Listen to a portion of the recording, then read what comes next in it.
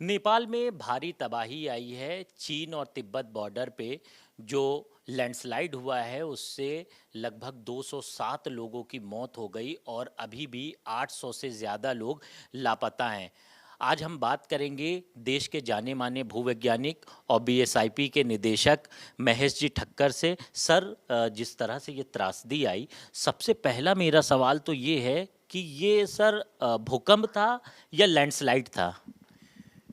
देखिए, ये जो कल की जो त्रासदी थी, बहुत ही भयानक त्रासदी मानी जाती है। जब हमने दृश्य देखा, तो हमको 1 साल पहले जो धराली का जो हमारा एक बहुत बड़ी त्रासदी हुई यहाँ पर उत्तराखंड में, उस त्रासदी का हमको चितार सामने आ गया। तो धराली और इन दोनों में काफ़ी साम्यता है। पहली बात ये बता दे रहा हूँ। आपका जो प्रश्न है कि भूकंप का ये प्रभाव है, यस, ये भूकंप का प्रभाव हो सकता है, क्योंकि जब इस पूरी स्थिति को जानना है तो हमें पूरी हिमालय की सिस्टम को समझना ज़रूरी है, क्योंकि हिमालय की जो पर्वत श्रृंखला है वो बहुत सेंसिटिव सिस्टम है। सेंसिटिव माने एक छोटा सा बदलाव, टेम्परेचर में बदलाव आएगा तो वहाँ के सिस्टम में बहुत बड़ा बदलाव आएगा, क्योंकि हिमालय के सिस्टम एक टेक्टोनिकली एक्टिव सिस्टम है। जो बोलते हैं कि ये अनेक भूकंपों से ये पूरा पर्वत श्रृंखला अभी जो देख रहे हो इतनी बड़ी बन चुकी है। सबसे यंगेस्ट माउंटेन चेन पूरे विश्व में हिमालय की है, और हम उसको 45 मिलियन साल, 4.5 करोड़ साल पुरानी माउंटेन श्रृंखला है। तो क्यों सेंसिटिव है?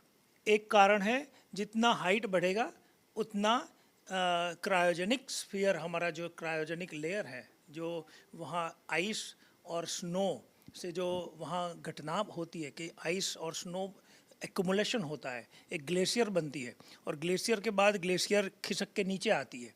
ये पूरी जो घटनाएं हैं, प्रोसेसेस है, उसको हम क्रायोजेनिक प्रक्रिया बोलते हैं। तो क्रायोजेनिक प्रक्रिया वहाँ हमेशा कई सालों से हो रही है। जिस जगह से ये त्रासदी शुरू हुई, हम बोलते हैं कि नेपाल और चाइना बॉर्डर है। नेपाल चाइना बॉर्डर क्रॉस करके जो पूरा जो रीजन है, वो रीजन हायर हिमालय का रीजन है। हायर हिमालय मतलब टेक्टोनिकली बहुत ही एक्टिव रीजन है। हायर हिमालय से हम नीचे आते हैं, नेपाल का जो सदर्न पार्ट है वो लोअर लेसर हिमालय में आते हैं, और लेसर हिमालय से हम नीचे तरफ आते हैं गंगा प्लेन की तरफ, तो उसको आउटर हिमालय बोलते हैं। तो उसकी हाइट बढ़ती जा रही है। तो सबसे हाईएस्ट है वो हायर एंट्रांस हिमालय है। तो वहाँ ग्लेशियर्स का प्रमाण बहुत है। एक नहीं, वहाँ 10,000 से ज़्यादा ग्लेशियर्स है पूरे हायर हिमालयस में। और एक बड़ी वैली ग्लेशियर जो होती है, इसके अगल बगल में कई छोटी छोटी हैंगिंग ग्लेशियर्स होती हैं। जैसे कि एक 25 हैंगिंग ग्लेशियर से एक बड़ी वैली ग्लेशियर बनती है। तो ये जो वहाँ के सिस्टम है, वहाँ वैली ग्लेशियर है और हैंगिंग ग्लेशियर है। सबसे सबसे सेंसिटिव सिस्टम वहाँ है। अगर पूरे रीजन का या तो ग्लोबल टेम्परेचर 1 डिग्री या तो 0.1 डिग्री भी बढ़ गया, तो वहाँ की ग्लेशियर का छोटा सा पिघलना ये सब सिस्टम को ट्रिगर करता है। तो एक चीज़ है कि टेम्परेचर राइज होने से ट्रिगर हुआ है, क्योंकि वहाँ के छोटी छोटी जो ग्लेशियर है, वो छोटी ग्लेशियर हमेशा हार्ड रॉक के ऊपर नहीं होती।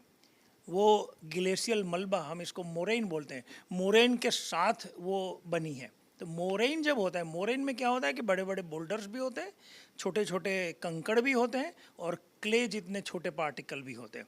तो क्ले से लेके बड़े बोल्डर वहाँ मलबा पड़ा है, और वो फ्रीज होके वहाँ आइस के साथ एक मिक्स है। और जब छोटा सा टेम्परेचर बढ़ेगा तब वो ट्रिगर होके मेल्ट होगा। अगर एक साथ मेल्ट होगा तो ये त्रासदी हो सकती है। यहाँ इसका यहाँ मतलब ये सर कि ग्लेशियर में पानी भरने से ये वो हुआ है, एक तरह से माने। ग्लेशियर में पानी तो है ही, ग्लेशियर में आइस के फॉर्म में पानी है। पानी तो है वहाँ, लेकिन आइस के फॉर्म में पिघलेगा तो वो रिलीज होता है। लेकिन यहाँ इस त्रासदी के बिल्कुल 7 या 8 मिनट पहले 4.4 मैग्नीट्यूड का एक भूकंप आया था। और इस भूकंप ने, माना जाता है कि इस भूकंप ने ये पूरी सिस्टम को ट्रिगर किया हुआ है, क्योंकि फ्लैश फ्लड जब आता है तो वो दो तरीके से आता है। एक तो इतनी बड़ी त्रासदी वहाँ की जो ग्लेशियर सिस्टम है वो पिघल के और एक एवेलेंच पैदा करती है। एवेलेंच का मतलब है कि जिसके अंदर आइस है और आइस कोलैप्स होके एक लैंडस्लाइड बनाती है, तो उसको एवेलेंच बोलते हैं। कि एक्चुअल लैंडस्लाइड है जिसमें ग्लेशियर का मलबा भी है, वहाँ के रॉक भी है, वो सब एक साथ बह जाता है, तो एवेलेंच है। तो इस त्रासदी में जो कुछ घटना हुई है उसको मैं साइंटिफिकली में अगर उसको ट्रांसलेट करूं तो मैं उनको ये बोलूँगा कि rock ice and rock mixed avalanche induced flash flood. Ice and rock induced, जिसमें आइस भी होता है, रॉक भी होता है, उससे जो एवेलेंच पैदा होता है और लैंडस्लाइड पैदा होती है, इससे जो प्रभावित होके एक फ्लैश फ्लड क्रिएट होता है, उसको हम आज की घटना, कल की घटना को हम ऐसे वैज्ञानिक तरीके से वर्णन कर सकते हैं। सर, ये जो फ्लड आया है, क्या जो भोटे, कोशी और रसुआ जैसी जगहों पर हाइड्रो पावर प्रोजेक्ट और सड़कें बनी हैं, क्या इससे पहाड़ और कमज़ोर हो रहे हैं? यही वजह है कि इस तरह के फ्लड आ रहे हैं? देखिए, मैंने पहले भी बताया कि ये जो फ्लड सिस्टम है वो कैसे ट्रिगर होता है, तो दो तरह का मैंने ट्रिगरिंग मैकेनिज़्म बताया है।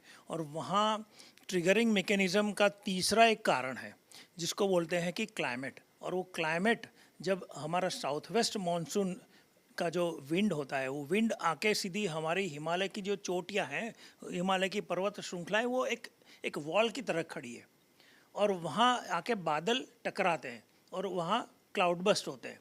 तो ये क्लाउड बस्ट की घटना भी इसके साथ शामिल है। तो हम इसके साथ क्रायोस्फीयर, टेक्टोनिज्म एंड बादल फटने की क्लाइमेटिक घटना के साथ ही होता है। तो हर वैली के अंदर जब पानी भी बरसता है तो वो फ्लड एक सामान्य घटना है, लेकिन ये फ्लैश फ्लड, ये बहुत ज़रूरी है समझना कि फ्लैश फ्लड और सामान्य फ्लड में बहुत सारा अंतर है। फ्लैश फ्लड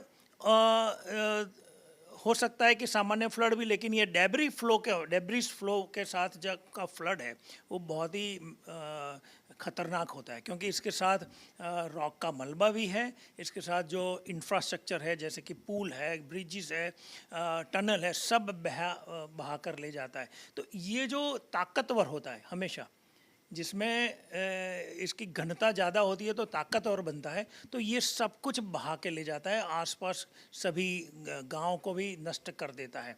तो आपका प्रश्न ये था मेरे ख्याल से कि आपने ये पूछा कि ह्यूमन इंड्यूस्ड कितना है। आपने ये बहुत ही महत्वपूर्ण प्रश्न इसलिए है कि हमने वहाँ डैम्स बनाए, हमने वहाँ ब्रिजेस बनाए, हमने वहाँ बड़ी बड़ी परियोजना बनाई। करीब 12 से 13 परियोजना नष्ट हो गई है। और जब परियोजना बनती है तो वो प्राकृतिक जो नियम है उससे विरुद्ध ही हम काम करते हैं।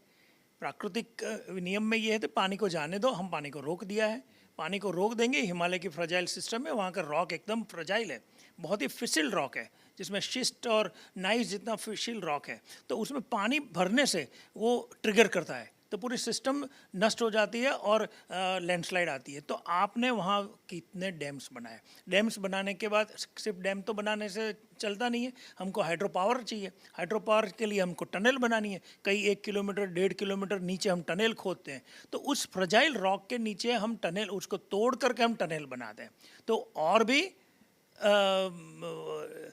नाजुक बन जाता है और भी डेंजरस बन जाता है। कई टनल हमने देखा हुआ है, उत्तरकाशी में भी हुआ था। ये टनल ऐसे नीचे बनाएंगे तो टनल बनाओ, रोड बनाओ, सब जितना बनाते हो हम इंफ्रास्ट्रक्चर भी प्राकृतिक जो नियम के विरुद्ध जा रहे हैं। तो प्रकृति जब अपना रूप दिखाएगी कि हमारे विरुद्ध जितना कार्य हुआ है हम एक साथ नष्ट भी कर सकते हैं। तो हमको ये समझना है कि हमको क्या क्या चीज़ कैसे बनानी है, कहाँ बनानी है। क्योंकि भारत देश में हिमालय हमेशा 45 से 60 डिग्री जितना स्लोपिंग है, क्योंकि स्लोप बहुत महत्वपूर्ण है। यहाँ स्लोप ने भी बहुत बड़ा रोल प्ले किया है। 4.4 मैग्नीट्यूड भूकंप से स्लोप एक 0.001 डिग्री भी चेंज हो जाता है तो सब ट्रिगर होता है। यहाँ ट्रिगरिंग जो हुआ है इतनी ज़बरदस्त त्रासदी में, ये मेरे ख्याल से 4.4 मैग्नीट्यूड का भूकंप हो सकता है। सर ये इतनी भयानक त्रासदी थी, अब सवाल ये भी बनता है क्या भारत के उत्तराखंड, हिमाचल और सिक्किम में भी इस तरह की त्रासदी आ सकती है? क्या ऐसे कोई संकेत जिस तरह से अभी यहाँ देखा गया नेपाल में? देखिए, उत्तराखंड में और हिमाचल में तो हम देख ही रहे हैं। पिछले कई सालों से हर हर साल हमारे पास इतनी त्रासदी, हमारी वैली का जो जो जो छोटा सा नैरो हमारा एक्सपांसन है, उसमें पानी इतना ज़्यादा आता है। हिमाचल में तो हम हर साल देख रहे हैं, और हमने धराली में अभी देखा। तो ये तो कंटिन्यूअस चलती हुई प्रोसेस है, जिसमें हमने जो प्राकृतिक नियम से जो काम हो रहा है उसमें ज़्यादा हमने बाधा डाल दी है। तो ये तो होना ही है। टेम्परेचर ग्लोबली बढ़ रहा है और टेक्टोनिज्म यहाँ बहुत ख़तरनाक है। तो टेक्टोनिक एक्टिविटी और क्लाइमेटिक एक्टिविटी सब हमारे फ्रजाइल सिस्टम को हमेशा अफेक्ट करते रहा है। तो हमको तो ये अभी जागना ही पड़ेगा कि हिमाचल है या तो उत्तराखंड है या तो नेपाल है या तो सिक्किम है, हर जगह हम ऐसे परिस्थिति में बैठे हैं कि हमको जागना पड़ेगा। क्योंकि आपको एक छोटा सा एग्जाम्पल, एक दूसरी जो माउंटेन सिस्टम है क्युनलुन एंड टिएन शान, वहाँ भी टेम्परेचर राइज हुआ है और वहाँ की ग्लेशियर रिसीड हो रही है। ग्लेशियर का रिसीड होना ये सबसे बड़ी खतरनाक घटना है। जब ग्लेशियर रिसीड होती है तब टेम्परेचर बढ़ता है, उसका प्रमाण है। तो हमें ये समझना चाहिए कि जहाँ मलबे के साथ ये ग्लेशियर बैठी है, मलबे के साथ जो मोरेन बोलता है, मोरेन बोलते हैं, उस मलबे के साथ वाली जो ग्लेशियर है, उस आइस को छेड़ना हमारे लिए घातक है। और वो छेड़ता कौन है? हमारे भूकंपीय जोन या तो टेक्टोनिक एक्टिविटी और टेम्परेचर, ये दोनों उसको छेड़ते हैं। और ये हमको स्टॉप कैसे करना है, बहुत बड़ी चीज़ है। हम स्टॉप कुछ नहीं कर सकते। हमें एक आइडेंटिफाई करना है जोन, ये वल्नरेबल जोन है, यहाँ हमको बैठना नहीं है, इस वैली के अंदर नहीं बैठना है। तो आपको कहाँ जाना है? तो we have to find out certain places where we can we cannot have such major disaster. तो ये हमको वल्नरेबिलिटी मैप प्रिपेयर करना है। इसके लिए बहुत सारा रिसर्च की ज़रूरत है। पूरे देश में आज बहुत चंद लोग क्रायोस्फीयर पर रिसर्च कर रहे हैं। हमारे इंस्टीट्यूट बीएसआईपी में आज क्रायोस्फीयर पर रिसर्च हो रहा है। हमने कई जगह हमारे साधन भी रखे हैं। हम कई जगह हमने GLOF है, ग्लोफ का स्टडी भी हम कर रहे हैं। तो उस ग्लोफ का स्टडी से हम बता रहे हैं कि भी कौन सी जगह वल्नरेबल है। नीचे का जो डाउनस्ट्रीम एरिया है उसमें you don't have to stay. तो हम using the satellite images, using many other latest techniques, we can say कि some of the areas are very much vulnerable. We have to leave those areas for settlement, human settlement and infrastructural development. Sir research की आप बात कर रहे हैं तो सवाल ये भी उठता है क्या भारत, चीन, नेपाल जैसे देशों के पास ऐसी कोई अर्ली वार्निंग सिस्टम है जिससे ये पता चल सके कि ग्लेशियर टूटने वाला है 2 घंटा पहले, 1 घंटा पहले? देखिए, 2 घंटा पहले, 1 घंटा पहले हम नहीं बोल सकते। अर्ली वार्निंग सिस्टम ग्लेशियर के लिए, ग्लोफ के लिए अगर हमको चाहिए तो सबसे पहला डेटा चाहिए। हमारे पास कितना डेटा हर ग्लेशियर का और हर रीजन का, इतने हजारों ग्लेशियर है, हमारे पास डेटा नहीं है। बहुत कम ग्लेशियर का डेटा है। तो सबसे पहला हमारे पास डेटा चाहिए। फिर टेम्परेचर का डेटा चाहिए, ओवरऑल पिछले 100 साल में टेम्परेचर राइज कितना हुआ है। इसके बाद स्टेबिलिटी का डेटा चाहिए। तो बहुत सारे करीब करीब पैरामीटर्स देखे जाए तो 15 से 20 पैरामीटर्स का डेटा हमारे पास स्ट्रॉन्ग होना चाहिए। Using those data we can make the mathematical model, और उस मॉडल से हम प्रिडिक्ट कर सकते हैं कि नेक्स्ट फ्यू ईयर्स में और नेक्स्ट फ्यू मंथ्स में ऐसी त्रासदी आ सकती है कि नहीं आ सकती है।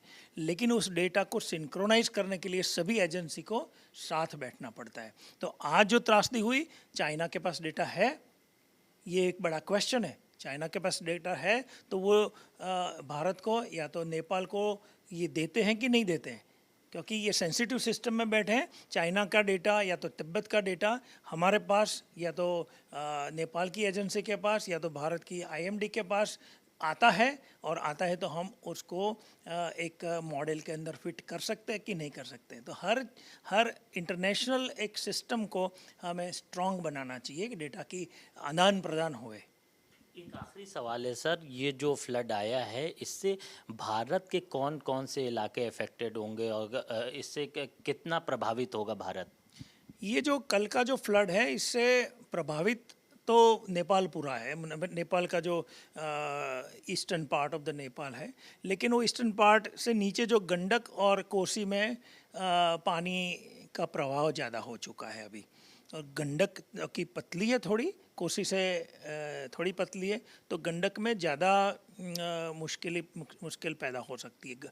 कोसी का कोर्स बहुत चौड़ा है, लेकिन कोसी के आसपास जो गांव है उन सबको खाली करना जरूरी है, क्योंकि पानी तो आना ही है। ये जितना बर्फ़ और एवलेंच का प्रवाह है वो अल्टीमेटली घूम फिर के तो जाना है गंगा में, और गंगा से बेसिकली जाएगा वो बे ऑफ बंगाल में।